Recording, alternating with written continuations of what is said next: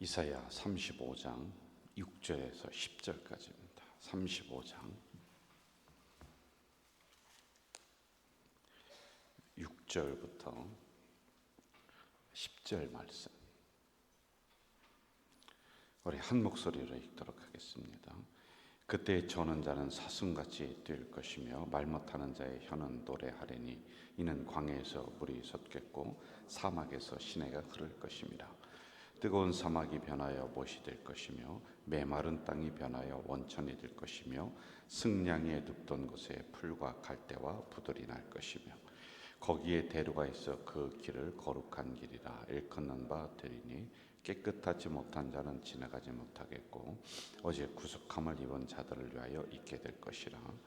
우매한 행위는 그 길로 다니지 못할 것이며 거기에는 사자가 없고 사나운 짐승이 그리로 올라가지 아니하므로 그것을 만나지 못하겠고 오직 구속함을 받은 자만 그리로 행할 것이며 여호와의 속량함을 받은 자들이 돌아오되 노래하며 시온에 이르러 그들의 머리 위에 영영한 희락을 띠고 기쁨과 즐거움을 얻으리니 슬픔과 탄식이 사라지리로다. 아멘.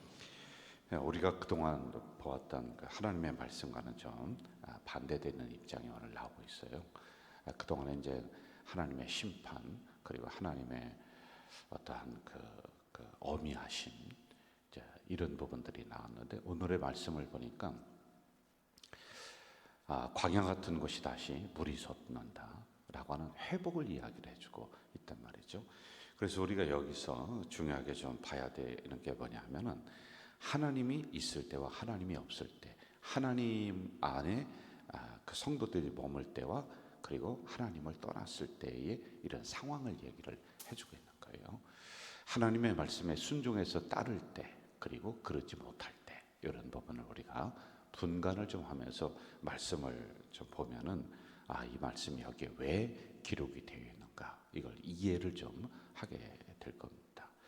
그동안에 하나님의 속을 많이 상하게 했어요, 이들이. 그러니까 하나님의 배가, 하나님의 심판이, 하나님의 저주가, 하나님의 어떤 혼내키심이 이들에게 계속 내려오고 있는 거란 말이에요. 자, 그런데 너희들이 다시 두 손 들고 하나님 앞에 올바로 서고 하나님을 모셔드린다면은 너희들의 상태가 이럴 것이다 라고 하는 이 핵심을 우리가 잘 봐야 돼요. 사막에서 저는 사막과 광야를 같이 경험을 한 일주일 동안 한 적이 있습니다. 여러분, 사막과 광야의 특징은 뭐냐면은 물이 없다는 거예요. 농사를 지을 수가 없습니다. 우리가 이렇게 언뜻 보기에는 아무런 위험이 없는 것 같아도 그 한낮에는 햇빛을 피할 곳이 없어서 그냥 수분이 다 날아가서 죽는 거예요. 그리고 모래 속에 온갖 위험한 것들이 숨겨져 있어요. 그래서 굉장히 안 좋은 것이 광야, 사막 이렇게 우리가 보면 될 것 같아요. 자, 이 말씀이 어떤 의미냐면은 지금 그 당시에 이스라엘 백성들의 영적인 상태가 사막이다, 광야다, 은혜가 없어요. 그리고 말라 죽어가는 상태란 말입니다. 자, 그럼 이 말씀을 오늘 우리에게 적용을 하면은 어쩌면 여러분과 저의 영적인 상태도 사막일 수가 있다, 광야일 수가 있다. 이렇게 우리가 적용을 해야 돼요.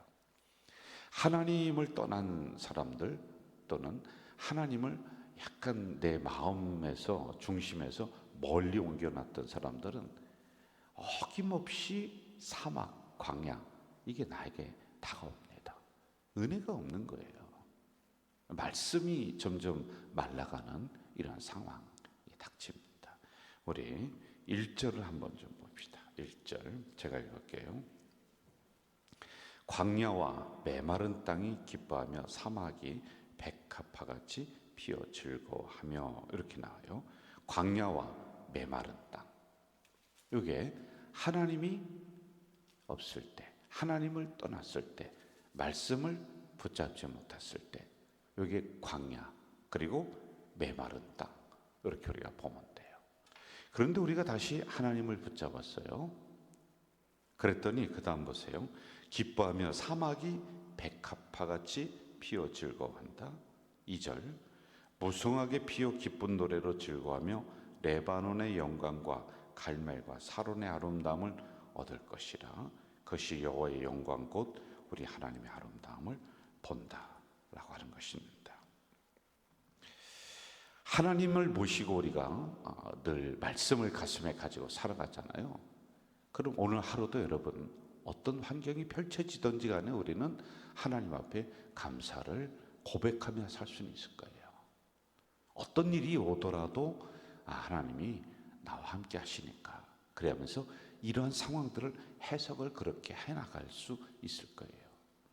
그런데 똑같은 일이 우리에게 다가온다 할지라도 하나님을 저쪽에 갖다 놨어요.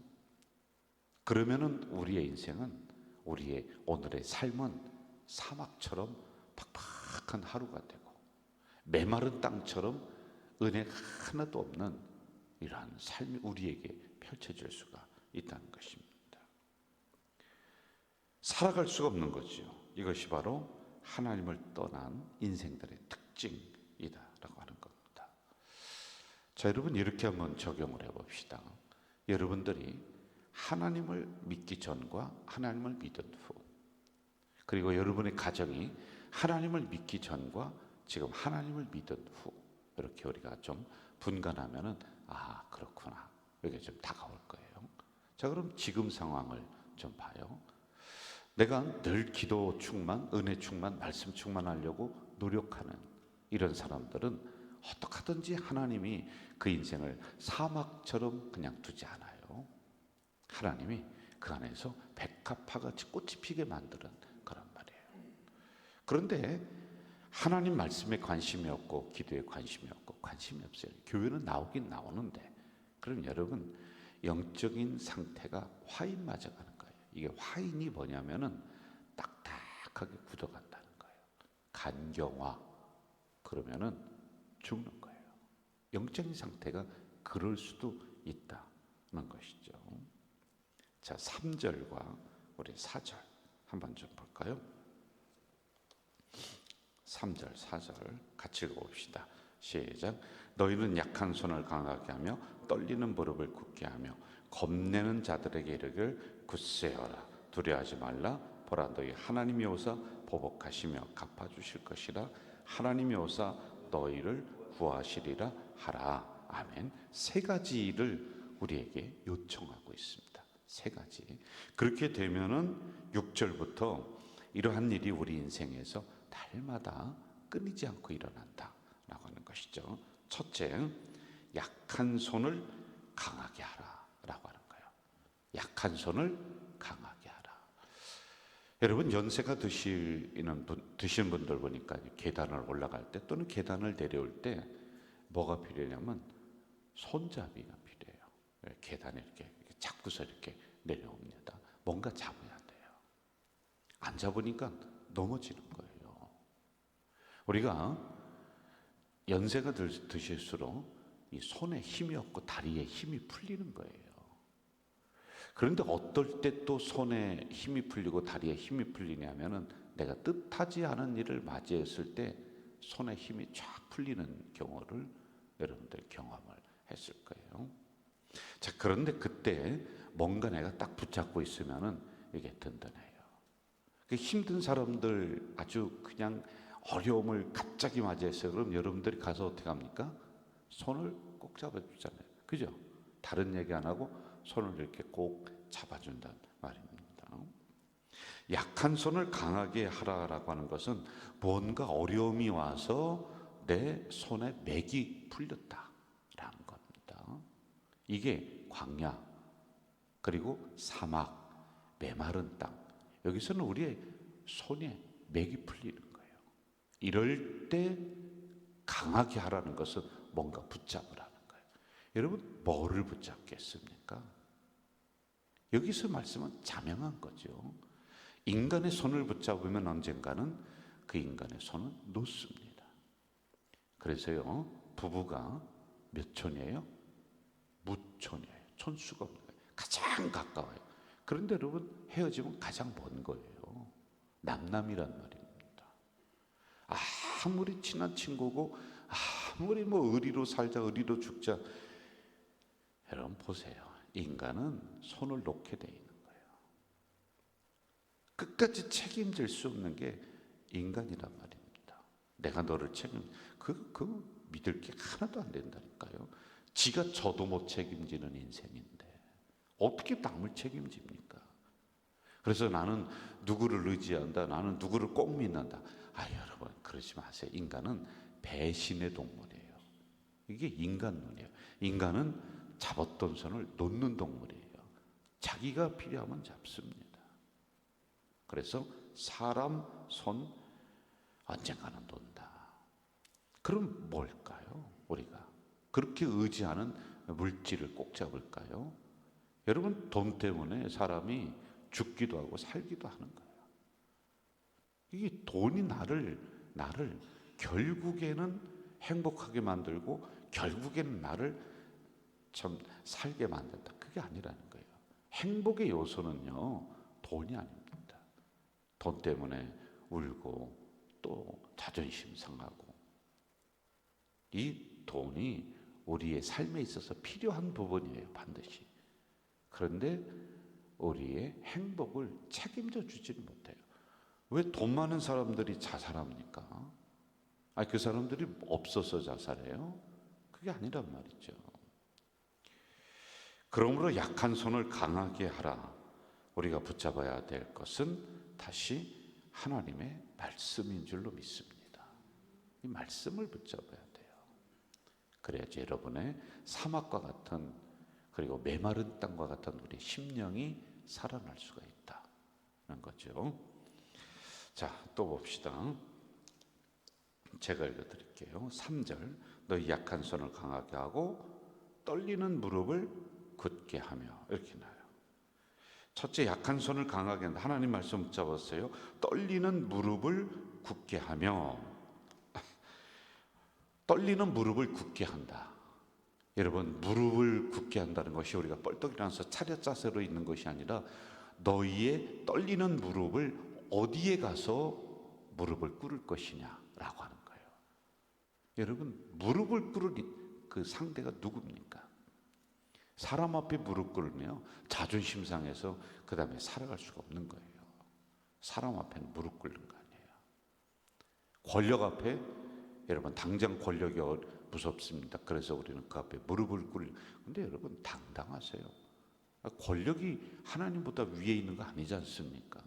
그래서 여기서 말씀하시는 떨리는 무릎을 굳게 하라는 것은 환난 중에 너희들이 어디를 찾아가서 무릎을 꿇을 것이냐. 무릎 꿇을 곳은 딱 한 군데야. 하나님 성전 나서 하나님 앞에 무릎 꿇어 기도하는 거예요.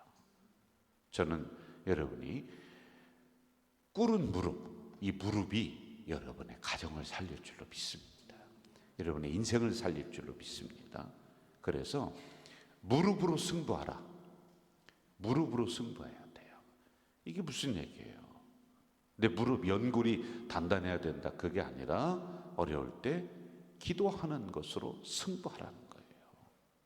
여러분, 야고보라고 하는 예수님의 제자는 낙타 무릎, 그 낙타처럼 무릎을 꿇었다는 거예요.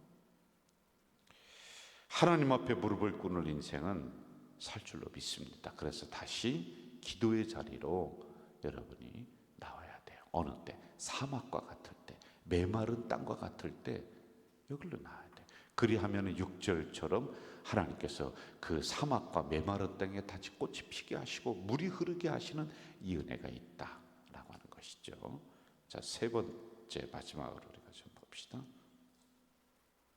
4절 같이 읽어볼까요? 시작. 겁내는 자들에게 이르기를 굳세어라.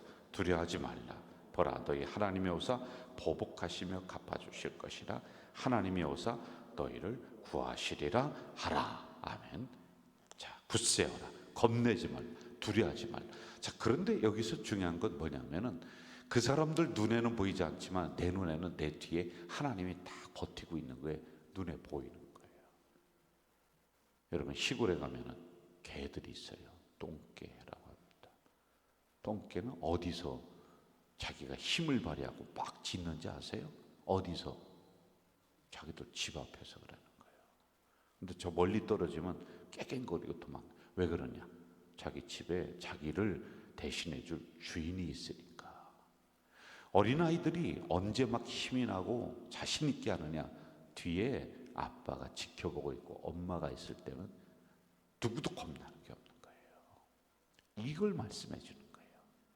여러분, 우리가 살아가는데 사막과 같고 메마른 땅과 같은 이런 환경 속에서는 아무도 없는 것 같아요. 내 뒤에 그 누구도 지켜주지 않는 것 같단 말이에요. 그런데 다시 한번 영적인 눈을 떠서 가만히 보세요. 내 뒤에 하나님의 천군 천사가 여러분들을 보호하고 계십니다. 그래서 굳세어라. 겁내지 마라. 두려워하지 마라. 오늘도 하나님은 세상 사람들은 보지 못해요. 근데 하나님은 여러분들 뒤에서 여러분들을 지켜주시고 있습니다. 한 번도 떠나지 않아요. 그래서 당당하게 굳세게 겁내지 말고 이 메마른 광야 같은 세상을 나가 승리하는 우리 성도들 되시기를 주 이름으로 축원합니다. 사랑하시는 아버지 하나님, 새벽에 연약한 저희들을 또 불러주셔서 말씀을 얻게 해주시니 감사합니다. 하나님을 떠난 인생은 사막이요 메마른 땅이지만은 다시 하나님 말씀 붙잡고 하나님 앞에 전전에 나와 무릎 꿇고 하나님이 내 뒤에 계심을 영적인 눈을 떠서 보는 그 심령에게는 사막에서 꽃이 피고 다시 시냇물이 철철철 흐르는 회복의 역사가 일어날 줄로 믿습니다. 예수님의 이름으로 기도하옵나이다. 아멘.